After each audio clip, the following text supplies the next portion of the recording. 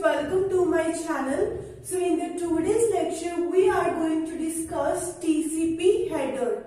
In the last video we discussed the basic overview of TCP protocol, and now we will be discussing what is TCP header. So in the network layer we discussed IPv4 header. In this video we are going to discuss TCP header, which is present in the transport layer. Okay, so these are the various fields present in the TCP header. Okay, first is source port number, destination port number, sequence number, acknowledgement number, header length, urgent bit, push bit, reset bit, fin bit, SYN bit, checksum, urgent pointer, options and data. So these are all the fields we are going to discuss one by one. Okay, so in this video, firstly let's discuss the source port number. Okay, what is the use of source port number and what is destination port number? Okay, so you note down this diagram. Now I will be explaining each field one by one. So now let's discuss what is source port number and what is destination port number. Why do we really need to use port numbers? What is the purpose of using port numbers? So in the network layer we discussed IP addresses. So the purpose of IP address was to identify the source machine and the destination machine. IP addresses are acting as a name of the machine. Okay, so why do we really need to use port numbers? So let me tell you firstly that this is one machine. Okay, this is another machine. So we are sending messages from this machine to the receiver machine. This is sender machine, this is receiver machine. Okay, and we have many number of processes running in this machine. We have many number of processes running in this machine, and let's suppose this is actually your server where lot of information is stored. Okay, lot of other information is stored. Why do we need servers? Because the difference between a simple machine and server is that server has a larger capacity. It can store many number of things, and server are going to remain active all the time. All 24 hours your server are going to be active. Okay, they always remain on, and their storage capacity is very much larger than the simple machine, simple computers. So that is the basic difference between simple machine and the receiver machine. So why do we need IP addresses? IP addresses we require if we want to reach at the destination machine. Okay, you are mentioning destination IP address. So with the help of destination IP address, you will reach at that machine. Okay, but why do we need to connect to server? When we need any web page, when we want to send some email to other person, that case we have to connect to the server. If you look at Gmail server, okay, it is a server. All the emails which you are sending to some person. Let's suppose Neha is sending some mail to Pooja. Let's suppose Neha want to send some mail to Pooja.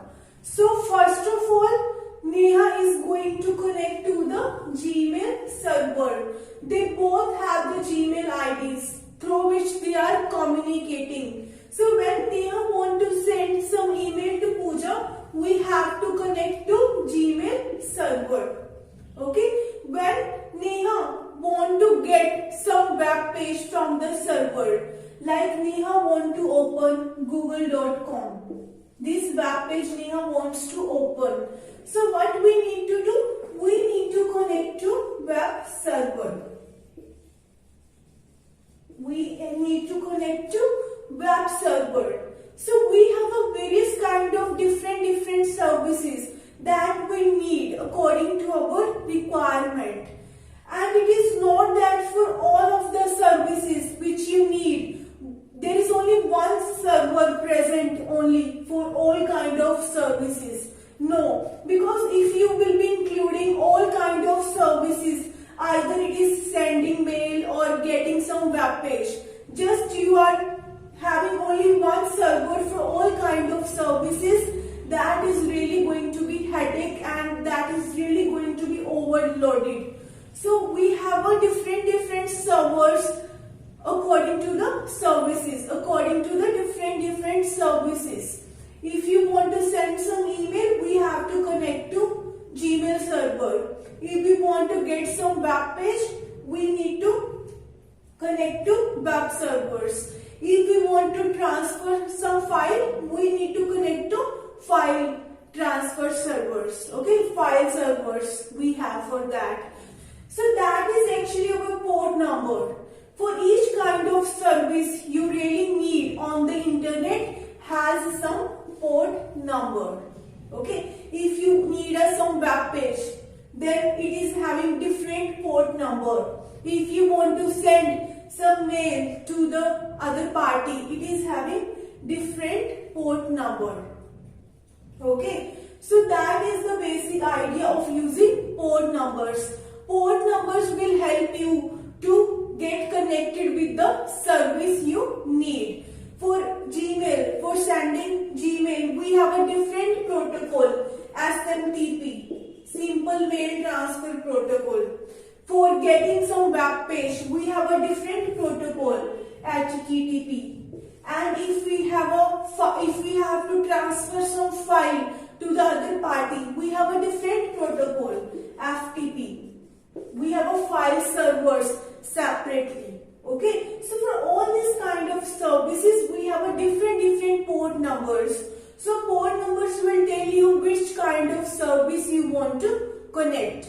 Okay, so that is the basic idea of using port numbers. Now let me tell you what is source port numbers. What is source port number? So this is our source machine and you can call it this as a server. This is our sender machine or a source machine. Okay, so it is a machine that is basically your source IP address. Okay, but within a machine you might have running lots of processes within a machine. Let's suppose this is your Firefox. Okay, this is a process. Firefox is a process. All kind of applications you have in your computer are basically your process. Okay, so Firefox, Internet Explorer, Google Chrome. These are the processes you are running on your computer. So from which process you want to communicate with the server? Either you want to connect to server through Google Chrome, you are sending your request from Google Chrome, Internet Explorer or Firefox. Okay, we need to know that because when you are requesting from Google Chrome. Okay, and when server is sending you back the response, when server is sending back some response, that response should also be reflected in the Google Chrome. Okay, because from Google Chrome you are requesting, so definitely the response which you will be getting from the server should also be reflected in the Google Chrome.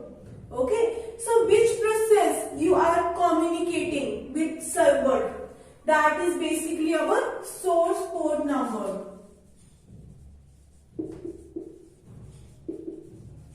Okay, and each and every process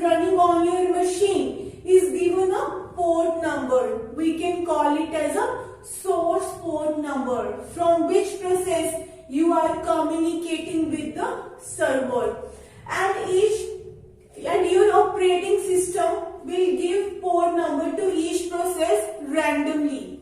Okay, randomly. Okay, so your operating system is going to give each process one port number which is going to be randomly for each and every process. Okay, so now what happens? You are sending request from Google Chrome, and there is also a possibility. There is also, in a one Google Chrome we have many tabs opening, like tab 1, tab 2, tab 3. Okay, so from this tab 1 you are opening google.com, from this tab you are opening gmail.com, and from the third tab you are opening yahoo.com. So we also should know that which tab we are communicating with the server. Okay, if you are requesting for google.com, so definitely within Google Chrome this tab you should reflect your output. Okay, so this is actually multi-threading concept, running many things in a one process. Okay, running many things simultaneously within a process is basically called your multi-threading. So all these tabs which we are opening, it is actually a concept of multi-threading. Okay, so this is actually our source port number, that each and every process is given a source port number. Okay, so that we can uniquely identify each and every process. Transport layer is basically used for process to process communication, while your network layer is responsible for host to host communication. With the help of network layer, you will reach at this machine, but with the help of transport layer, you will reach at the corresponding process. It is little bit deeper than the network layer.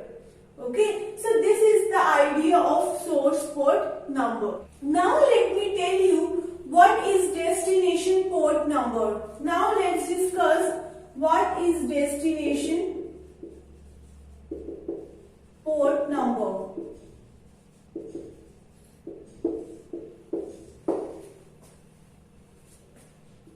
So destination port number means which service do you really want to connect. Whether you want a web server, whether you want a web page, whether you want to send some email. Which server do you really want to connect? Either it is HTTP server, web server, file server. What kind of services do you need? So we have a separate port numbers for all kind of services. Okay, destination port number will tell you what kind of service you really want to connect with. Okay, so this is our destination port number. Now let me tell you one thing. IP address plus port number.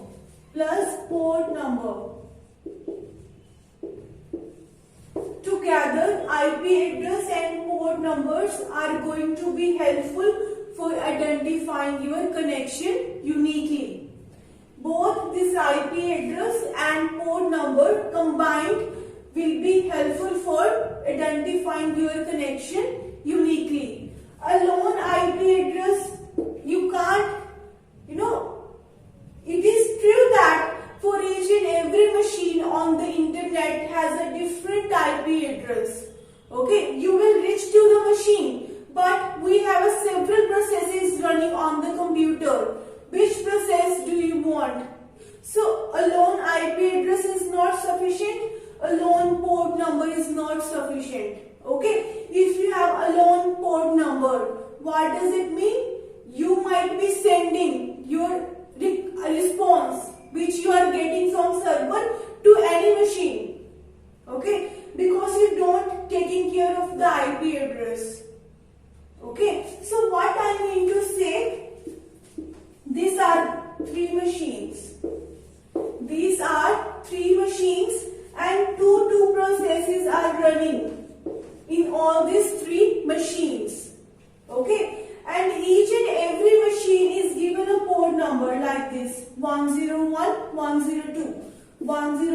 102, 101, 102.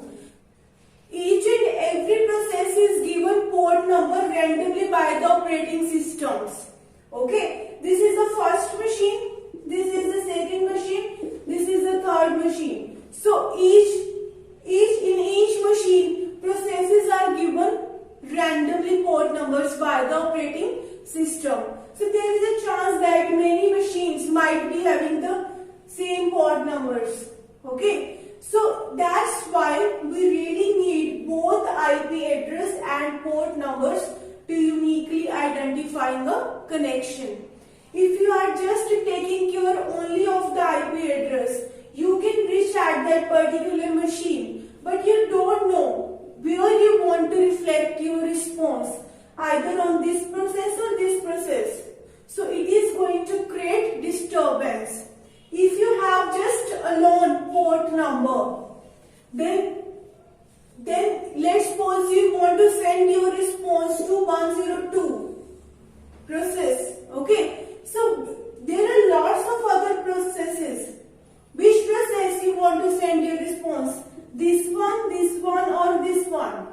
So okay, that's why together IP address and port numbers are helpful for identifying your connection uniquely. Okay.